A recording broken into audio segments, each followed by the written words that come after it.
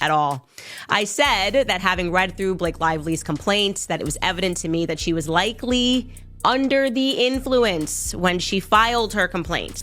We can now all agree that the moral crimes committed here by Ryan Reynolds against Justin Baldoni have amounted to... Blake Lively's world is spiraling, and not in the way anyone expected. What began as a simple legal scuffle with Justin Baldoni has blown up into one of the most scandalous Hollywood meltdowns of the decade. Layers are being peeled back, exposing not just a lawsuit, but secrets, power moves, betrayal, and a PR nightmare that just won't stop unraveling. Every day brings fresh chaos, allegations, insider leaks, industry whispers, the kind of ugly headlines you can't scroll past. What was once a private disagreement has become an all-out war, and Blake, she looks like she's drowning in it. Let's talk about her latest Baldoni getting close to her, obviously making small chatter not in character so as not to make the scene, which didn't require dialogue.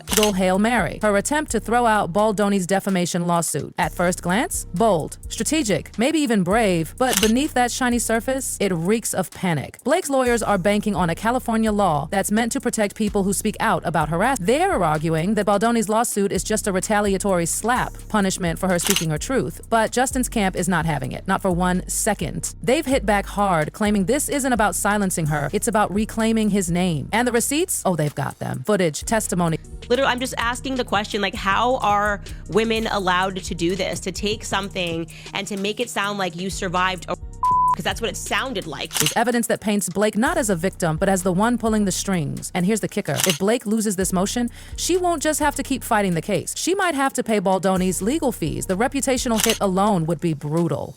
But add financial humiliation on top of that, she's cornered. And let's be honest. Everybody's talking because the sink is shipping and people want to get onto lifeboats. So let's jump right in. Welcome back to Camp. This isn't just about lawyers and courtrooms. It's about legacy, public image, the story that'll stick in Hollywood's memory for years to come. And right now, Blake's on defense everywhere she turns. And then there's Talia Spencer, the storyboard artist who worked on It Ends With Us. She didn't just speak out. She blew the whole lid off. In a raw interview with 60 Minutes Australia, Talia laid it all out. How Blake allegedly steamrolled Justin's creative vision. How she took his kindness. This is such a interpretation of perspective because I watched the footage, and I'm sure we all have, and for weakness. How the movie we saw wasn't the one Justin intended. That interview didn't just sting, it cut deep. And Talia wasn't just some nameless crew member. She was there. She saw it all. And now, her voice is echoing across every tabloid, every timeline, and every group chat. And if that wasn't enough, a past interview resurfaced. One where Blake bragged about grabbing Henry Golding during an improvised scene. Viewers used to think it was cute, but now it's aged like sour milk.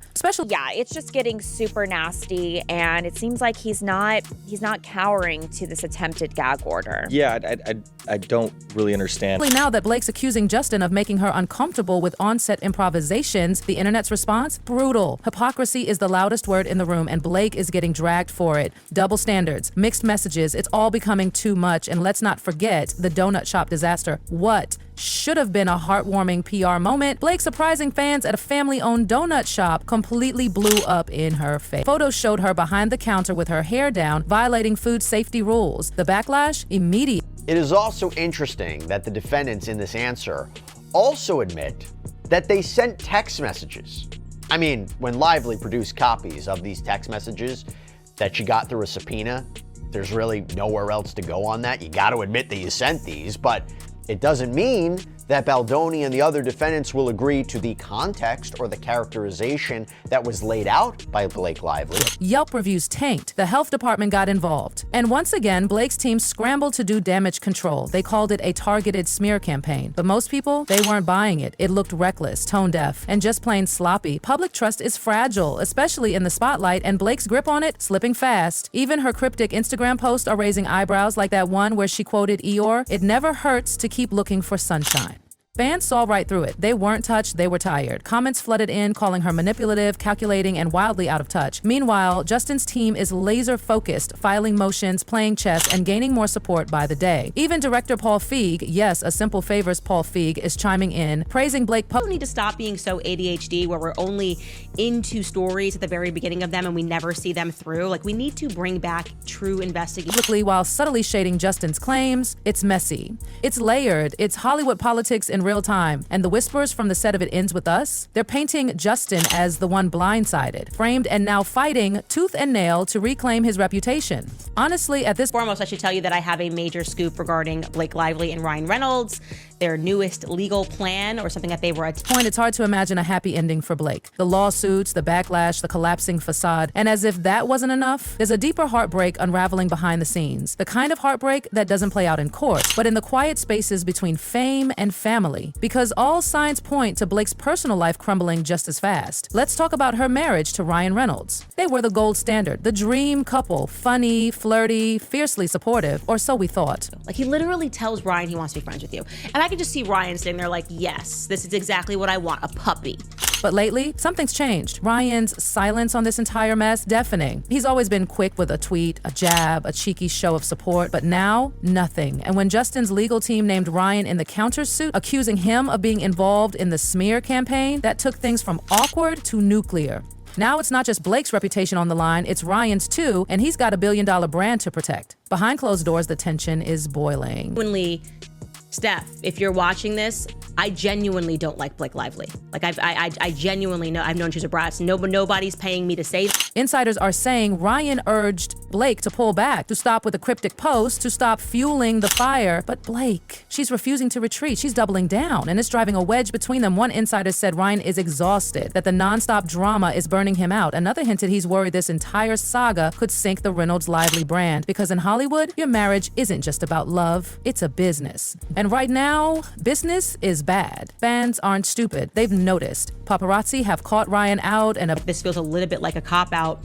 And I think it's more likely that what she's doing here is trying to stay out of it. This is the Taylor Swift movement. This is likely a legal strategy. I don't want to be out in New York and LA, but with no wedding ring in sight. Blake, nowhere near him. Their usual PDA, gone. No cozy strolls, no giggling red carpet moments, just distant. And in a marriage built on public unity, that silence screams. And fans aren't just noticing what's missing in public, they're clocking what's missing online too. Blake and Ryan, once the king and queen of playful Instagram banter, haven't posted about each other in what feels like forever. No teasing captions, no flirty photos, no inside jokes. Just radio silence. And in celebrity land, that kind of quiet, it usually means trouble. One insider even whispered that Ryan's been taking big studio meetings without her, something that's totally out of character. They've always PR team, if you're her agents, if you are her lawyer, you are saying to her, you need to be neutral. You need to stay out. It's been a package deal when it came to career moves, but now he's reportedly weighing his options alone. And that's making everyone wonder, are we witnessing the slow, silent unraveling of Hollywood's favorite couple? Because it doesn't stop at Ryan, no. There's one more name missing from Blake's corner, and this one might hurt even more. Taylor Swift. For years, Blake and Taylor were BFF goals. Holiday selfies, birthday parties, Girl Squad appearances, you name it. But now, Taylor's gone completely dark. No likes, no posts, no shout outs, no support. It's like she vanished from Blake's life over. He says, like, look, this is just, Hollywood is based on pure fear, cultivated by both of them, and they're very powerful. Night. And Taylor? She's not known for staying silent when her people are in pain. So what gives? Well, according to insiders, it's not just personal, it's calculated. Taylor's reportedly backing off to protect her own image. She's got a billion-dollar brand to maintain, and getting caught up in Blake's legal disaster, that's not on her agenda. It's cold, it's brutal, but in the world of fame, it's survival. And while all these relationships crumble around her, Blake's professional world is also taking hit after hit. Liz Plank was out, instantly said she quit, a show of support and solidarity with Blake after everything dropped, and people began. Yes, she's still a recognizable name. Yes, she has talent, but casting directors, they're suddenly hesitant.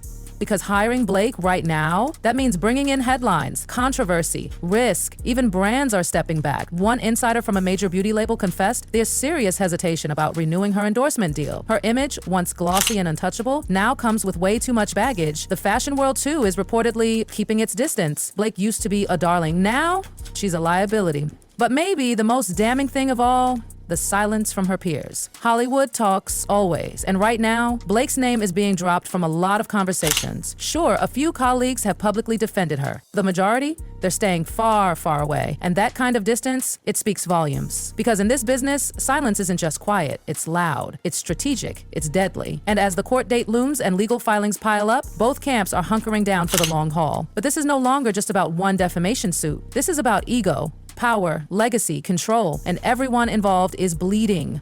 This isn't just Blake versus Justin anymore. It's a Hollywood war zone, and the question on everyone's lips isn't just who wins, it's who survives. So now it's your turn. What do you think is really going on behind the scenes? Is Blake fighting for her truth, or is she losing control of her narrative? Is Ryan still in her corner, or already 1 foot out the door? And what about Taylor Swift? Did she quietly cut ties, or is she playing the long game in silence? Drop your thoughts in the comments, because one thing's for sure, this story, far from over. Far from over.